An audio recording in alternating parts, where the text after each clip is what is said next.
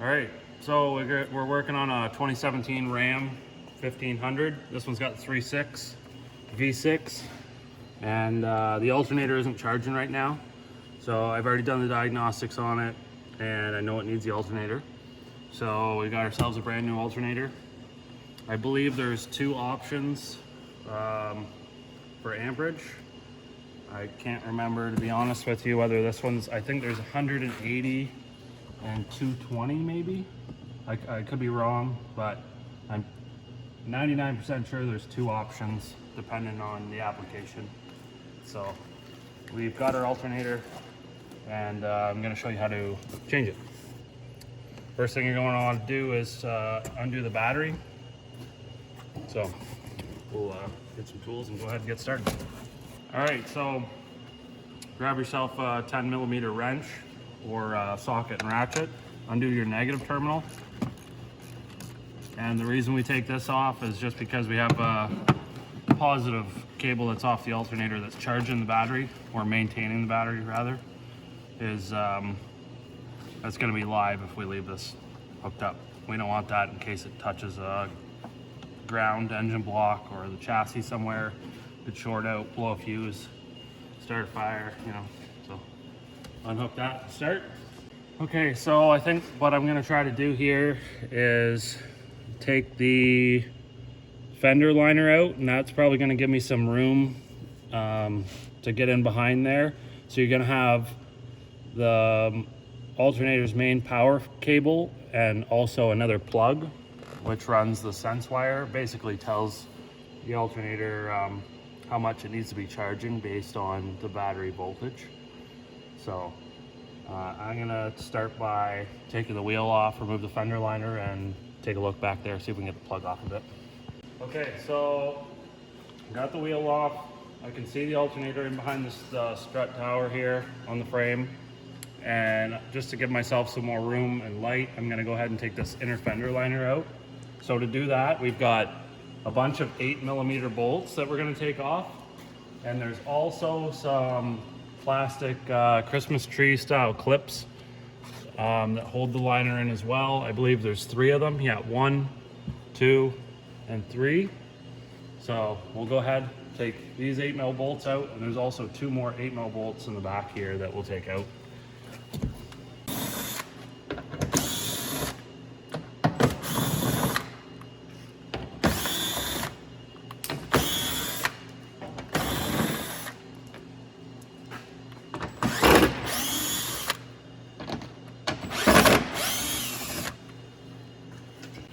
Take this ABS sensor off. It's just got a Christmas tree style clip. Just push that out, let it hang in the back.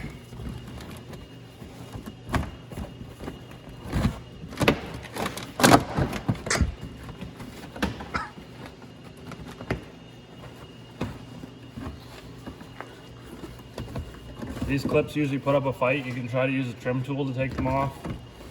Sometimes I try to just sneak the liner around them and then deal with them later and put new ones in. Most of the time they don't survive.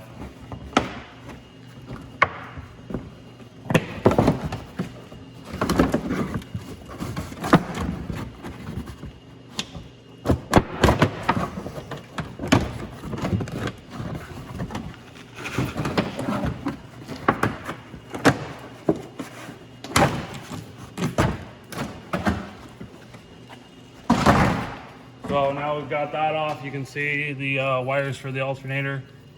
Now I know this truck, it's been traded in to the shop, but I know it did have a bad wire years ago for the alternator, for the sense wire. So a new sense wire has been run, and that did fix it for 2 years or more. About 2 years, I would say. So I don't know what the cause of the alternator failure was, but I know that was a separate issue that's been taken care of. So you can see this stud and nut. I'll get my light so you can see a little better. I'm thinking it's probably a 13 mil nut right here. So we're gonna go ahead and take that off, and then also the connector right here, there's a red locking tab that needs to be disengaged, and then we can take that connector off. Once that's off, then we can go ahead and remove the mounting bolts.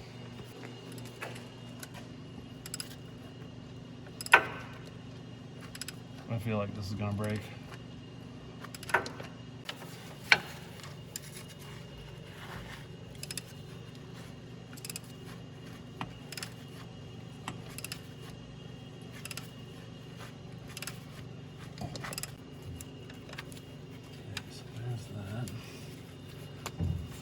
Undo that clip, and then I'll just spray that with some silicone spray and disengage that red lock.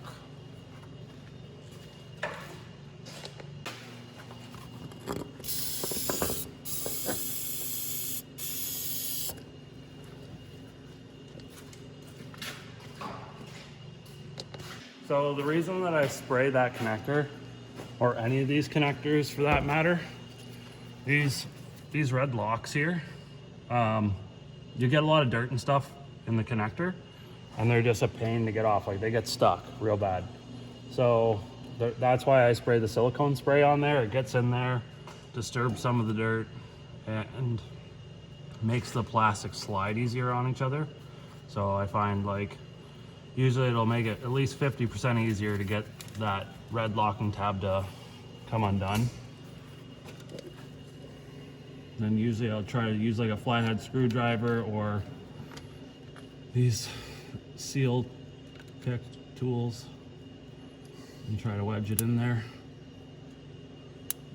They get so damn stuck.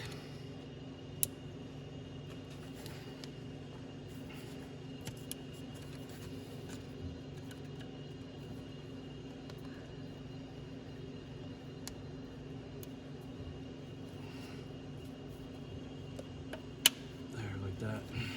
So that's undone. And sometimes once I get it to like release like that, I'll spray it with more silicone and I'll actually lock it back, like put it back in the lock position, and do that a couple times to just work it back and forth.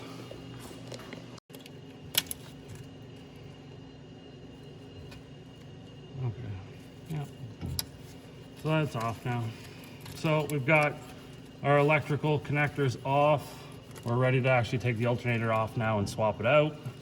So it looks like we've got one bolt down in the bottom, and there's another bolt up here, and then we've got a stud with a nut. So 3 in total. Looks like they're all 13 millimeter.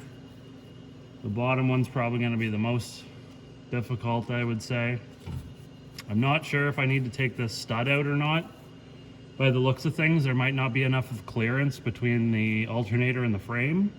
So I'll take the nut off first and see if it's possible to come out. If not, I have to take the stud out. Okay, so I've got a swivel socket on an extension with my impact gun. We're gonna try to get this one bolt out. So there's one. The bottom one I'm gonna have to loosen by hand. You can see they're not very long. This other one I should be able to get the nut out. Looks like I have to get a regular swivel and a deep socket.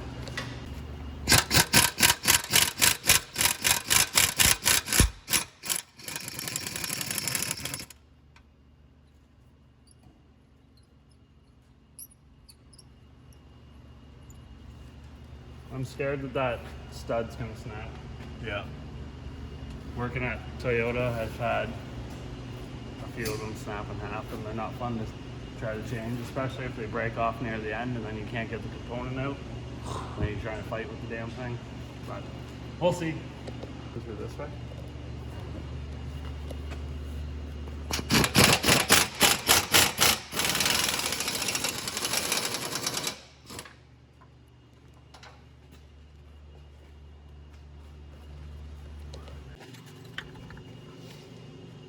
Like that. So, ½ inch. yeah, so ½ inch into the housing, like the arm of the belt tensioner. And if you just look at the way the pulley goes, you can see which way you're going to turn it. So you'd be you're going to be twisting the ratchet in this way. So you're going to be going counterclockwise.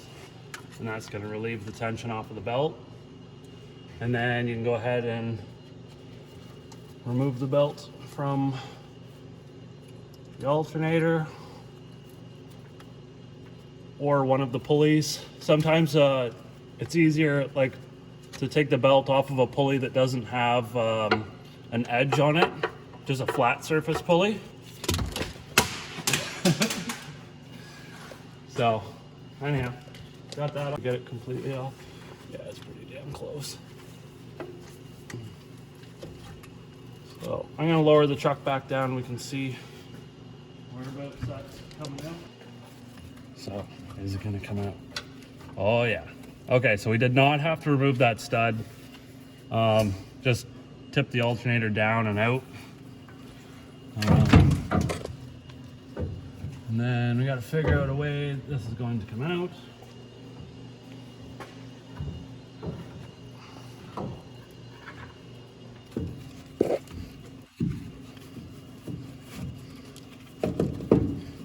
Maybe might come out the front.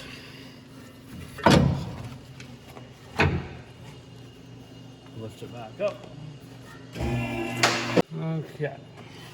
So I'm going to try to sneak it out through this way.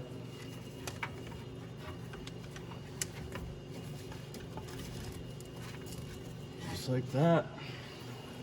So we can see this alternator has actually been replaced before, and I believe it was somewhere else and had been replaced before that wire got fixed, and it was actually the wire that was the problem. So now we're going to replace the alternator.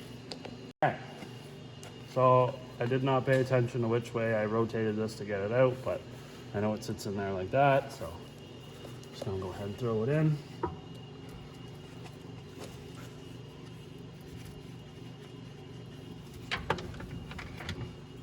And just let it rest there, and we'll lower the hoist back down and get it in position.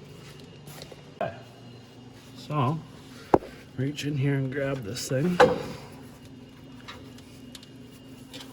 Slip it onto this stud. I suppose it'd probably be best to have a nut handy. Have a bolt too. Now, another thing I was wondering was okay, so the bottom and the top bolts are the same length, so you don't have to worry about mixing them up. Sometimes they do have different size bolts depending on what you're working on. But in this case, it doesn't matter. Sorry.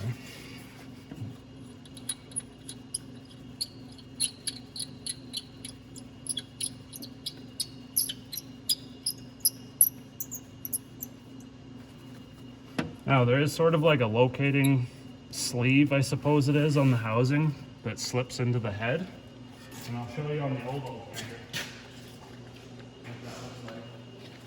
This piece here. So just make sure when you start that, the stud will be on the left side. You'll start the nut and just make sure that that sleeve is in the head.